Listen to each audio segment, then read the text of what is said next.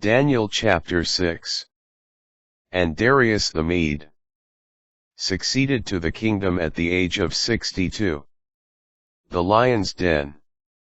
Darius decided to appoint over his entire kingdom 120 satraps. These were accountable to 3 ministers, one of whom was Daniel. His satraps reported to them, so that the king should suffer no loss.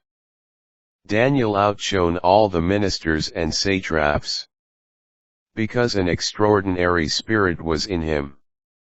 And the king considered setting him over the entire kingdom.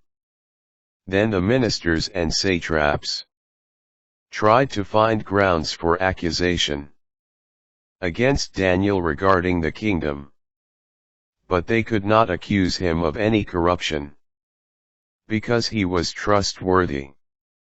No fault or corruption was to be found in him. Then these men said to themselves, "We shall find no grounds for accusation against this Daniel, except in connection with the law of his God." So these ministers and satraps stormed into the king and said to him, "King Darius, live forever." All the ministers of the kingdom, the prefects, satraps, counselors, and governors agree that the following prohibition ought to be put in force by royal decree. For 30 days, whoever makes a petition to anyone, divine or human, except to you, O king, shall be thrown into a den of lions. Now, O king, let the prohibition be issued over your signature, immutable and irrevocable, according to the law of the Medes and Persians. So King Darius signed the prohibition into law. Even after Daniel heard that this law had been signed, he continued his custom of going home to kneel in prayer and give thanks to his God in the upper chamber 3 times a day, with the windows open toward Jerusalem. So these men stormed in and found Daniel praying and pleading before his God. Then they went to remind the king about the prohibition. "Did you not sign a decree, O king, that for 30 days, whoever makes a petition to anyone, divine or human, except to you, O king, shall be cast into a den of lions?"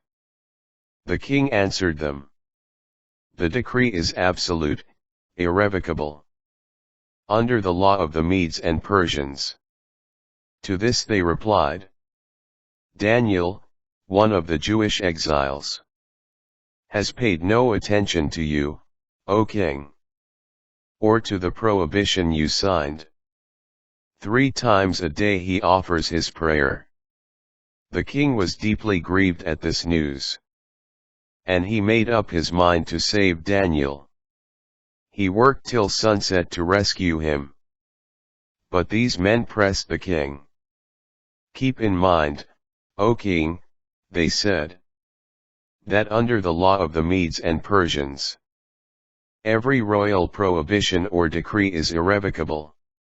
So the king ordered Daniel to be brought and cast into the lion's den. To Daniel he said, "Your God, whom you serve so constantly, must save you." To forestall any tampering, the king sealed with his own ring, and the rings of the lords, the stone that had been brought to block the opening of the den.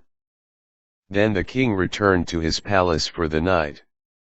He refused to eat and he dismissed the entertainers, since sleep was impossible for him. The king rose very early the next morning, and hastened to the lion's den. As he drew near, he cried out to Daniel sorrowfully, "Daniel, servant of the living God, Has your God whom you serve so constantly been able to save you from the lions? Daniel answered the king, O king, live forever. My God sent his angel and closed the lions' mouths, so that they have not hurt me. For I have been found innocent before him. Neither have I done you any harm, O king. This gave the king great joy. At his order Daniel was brought up from the den. He was found to be unharmed, because he trusted in his God. The king then ordered the men who had accused Daniel, along with their children and their wives, to be cast into the lion's den. Before they reached the bottom of the den, the lions overpowered them and crushed all their bones. Then King Darius wrote to the nations and peoples of every language, wherever they dwell on the earth, may your peace abound. I decree that throughout my royal domain, the God of Daniel is to be reverenced and feared. For he is the living God, enduring forever, whose kingdom shall not be destroyed, whose dominion shall be without end. A Savior and Deliverer, working signs and wonders in heaven and on earth, who saved Daniel from the lion's power. So Daniel fared well during the reign of Darius, and the reign of Cyrus the Persian.